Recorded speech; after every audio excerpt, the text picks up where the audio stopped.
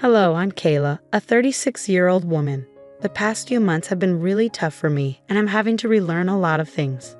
My husband Tom caused a lot of the trouble I'm in, but a kind person stepped in and helped me avoid even more pain. First, let me tell you about the people in my story. The first person is my sister, Maya. She's 6 years younger than me and very pretty. Growing up, we didn't get along because I was a nerd and she was popular. She always picked on me and seemed jealous for some reason. My mom tried to help us get along, but it didn't really work. When I went to college, we didn't talk much. But after I graduated and she was a teenager, we started talking again. Our relationship got a little better, but we never got really close. That was the best we could do, and I was okay with that. Next, let me tell you about my ex-husband Tom. We met at work and got along really well. We dated for about 3 years before getting married. We worked hard and bought our first house together. I earned more money, so the mortgage and deed were in my name. After 2 years of marriage, Tom asked me about having children. Honey, I was wondering about something, and I need you to think about this with an open mind. All right, what is it? I've been thinking that we've been together for a while now, and maybe we could start a family of our own. Tom, you know how I feel about that. I know, but we have the money for it, and it would be really cute to have little versions of us running around, don't you think? Yeah, but kids are a lot of work and responsibility. We're the most hardworking and responsible people we know. Come on, give it some thought, okay? I promise I'll help take care of them. Just keep that in mind, okay? Even though I wasn't keen on having kids, I gave in because Tom kept bringing it up. First, we had a son, and 3 years later, we had a daughter. Initially, Tom was very helpful, but that quickly changed. Suddenly, I was responsible for everything at home, including the kids. After our first child, Tom insisted I stop working because he had gotten a promotion and was earning more than me. I tried to resist, but eventually, I decided it wasn't worth the fight and accepted my new role. To avoid getting bored at home, I took up a new hobby, hosting dinners. I often invited my mom and sister, who lived nearby, and my mother-in-law, Megan, whenever she was in town. Eventually, I started to feel comfortable in my new life. I got to spend a lot of time with my family, and that made me happy. Tom and I were doing okay. I had gone through some trauma after giving birth to our second child, where I almost died, which affected our relationship. I didn't think anything else was wrong, but oh, how wrong I was. As I was cleaning my room, I found a pair of panties that definitely weren't mine. My heart sank as I stared at them, wondering if I wasn't enough for my husband. I had been feeling different lately, but I had just had our second child. It had been over a year since then, and I was still recovering. I had been going to therapy, making slow progress. But it didn't seem enough because Tom was cheating on me. Once the shock wore off, I was filled with anger and betrayal. I needed to know who my husband was cheating on me with and why. First, I sent Tom a picture of the underwear and asked him whose they were.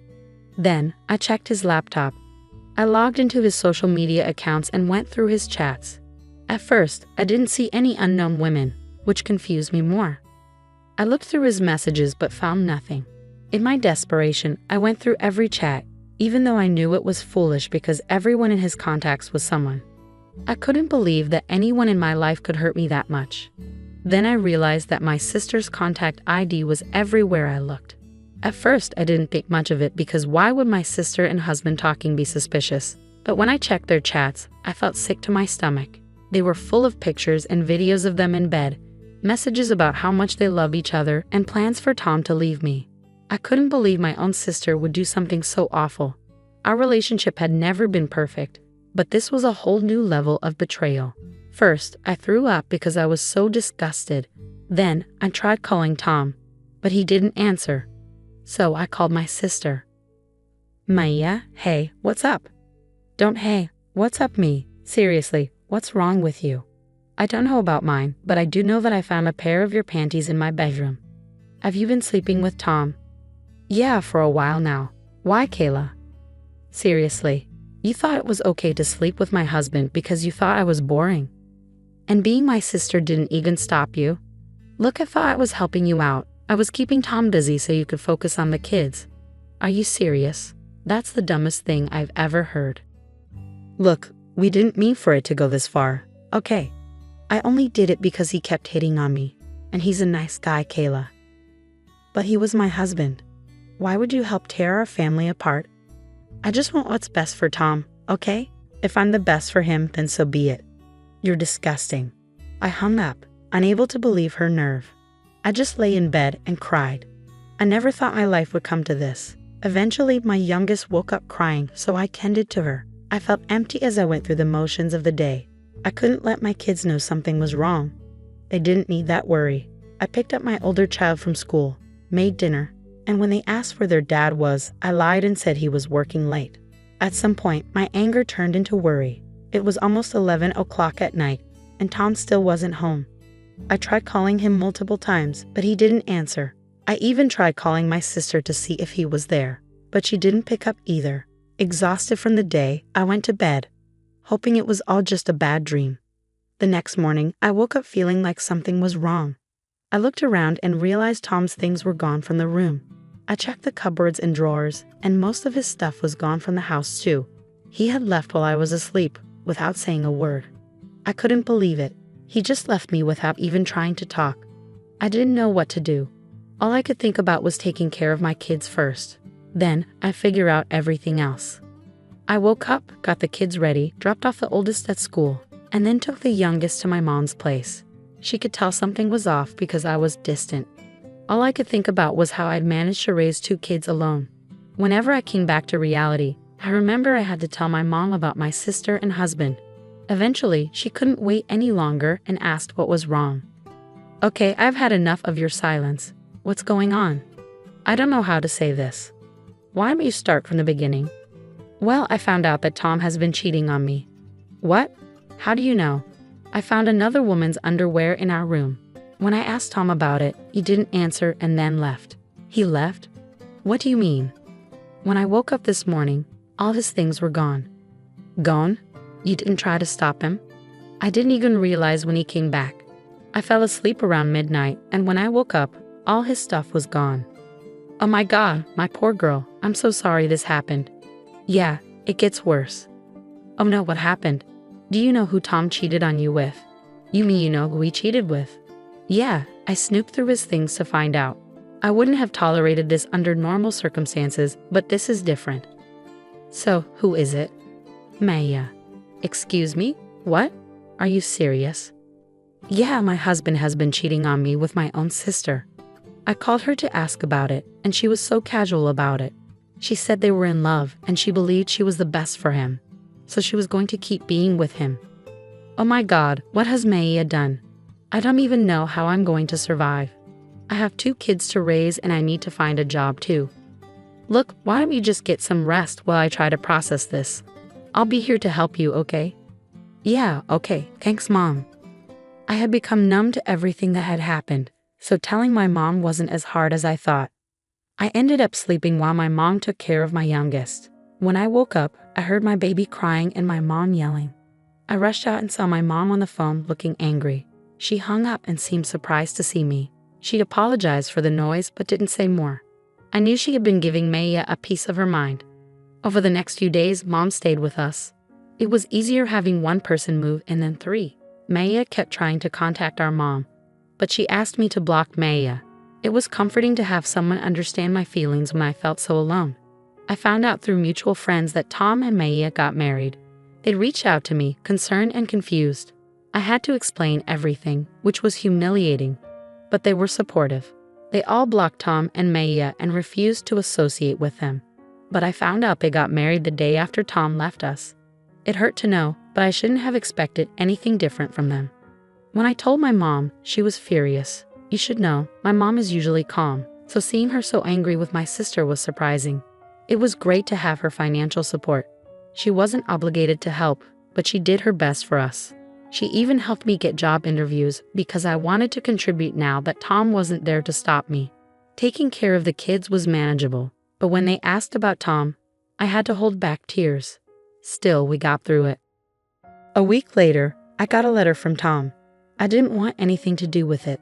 I figured it was some apology, but I was done with him. A week was too long to try to fix things, especially after he ran away from his family. So I did the next best thing I could think of. I burned the letter. But afterward, I couldn't help but be curious about what it said. Sometimes I wished I had read it before burning it, but then I reminded myself that nothing he could have said would change how I felt about him and what he did. The next day, my mom and I took the kids to the fair. We had a blast, and it was nice to be in a lively place after everything. I finally got to have fun and laugh, which felt great after such a tough time. That night, my mom and I relaxed with a bottle of wine, and I told her about the letter. So something came in the mail for me last night. Oh, what was it? It was a letter from Tom. What? What did it say? I don't know. What do you mean? You opened it, right? No, I didn't want to deal with anything he had to say, so I burned it. You burned it? Kayla, what if they were official divorce papers? The envelope didn't look legal at all. I'm sure it wasn't that. Well, if you're sure. What do you think was in it? I don't know. Maybe a weak apology or a request for his stuff back. I wouldn't be surprised. But how are you feeling about all of this now? Well, today was a good day. It's tough, especially when the kids keep asking where their dad is. What do I even tell them? It's slowly getting better, but only a little.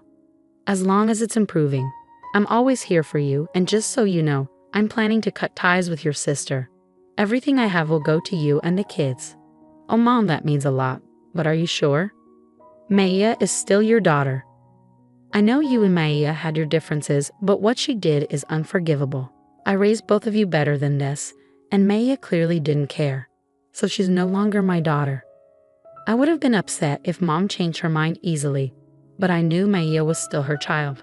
I couldn't imagine how hard it must have been for Mom to make that decision, because I could never do that to my kids. It made me even more grateful to have someone so supportive. Another 3 days passed, and I heard a knock on the door. It was strange because I wasn't expecting anyone, and besides my mom, who was at work, no one ever visited. I opened the door cautiously and saw 2 men in black suits. I only opened the door a little and asked who they were. They said they were lawyers and had something for me. They handed me a note and then a check. It was made out to me, and it was for $750,000. My jaw dropped when I saw the amount. I tried to tell them there must be a mistake, but they said there wasn't and urged me to read the note. The note began with, "Thank you for saving me." As I read on, I realized the money was from my mother-in-law, Megan. She explained that she had visited us 3 days ago, but no one was home. She called Tom, who tried to make it seem like he couldn't get in, but I had changed the locks after he left. Megan sensed something was wrong with Tom's behavior and pressed him until he confessed everything. She was disgusted by his actions. Megan felt sorry for what I had gone through and decided to leave all her inheritance to me and her grandkids. She thanked me for preventing her from making a mistake and for not trusting her son with her assets. That's what the check was for.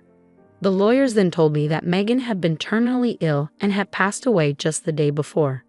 She wanted me to have the money right after her death to ensure her daughter-in-law and grandkids were well taken care of. Tears filled my eyes at Megan's kindness and loss. She was truly remarkable, always standing up for what was right. It was one of the reasons Tom had always been afraid of her. Yet I found her comforting. She stayed true to her word and supported me until her last breath. A few days later, Tom called. I already knew what he was going to say, but I decided to hear him out. "What did you do?" "What do you mean?" "You know exactly what I mean, Tom. You'll have to be more specific." "What are you talking about?" "Why weren't you home that day? I specifically asked you to be. I sent you a letter asking you to pretend everything was normal while my mom visited." "Oh, is that what the letter said?" "You didn't read it." "No, I burned it." "You betrayed me. My mother was going to help me with the inheritance, but you took it all because you're selfish." "That's ironic coming from you. You abandoned your family and only cared about contacting me when it involved your inheritance. Love can't be forced. I did what was best for me, and your mother did what was best for us. Don't ever try to contact me or the kids again. Goodbye." After that, things moved quickly. I filed for divorce, and I was granted full custody of the kids. Tom tried to fight for the inheritance, but Megan had made it clear that I was the one to receive it, so he didn't succeed. Tom and Maya tried to pressure me into giving them some of the money, but I stood my ground and refused. Life has become easier since we got the money. I put a portion aside for my kids' college and invested the rest. My mom could retire, and I started working. My kids have come to terms with their dad not coming back, and when they're older, I'll tell them everything. I'm still hurting, but I know things can only get better from here.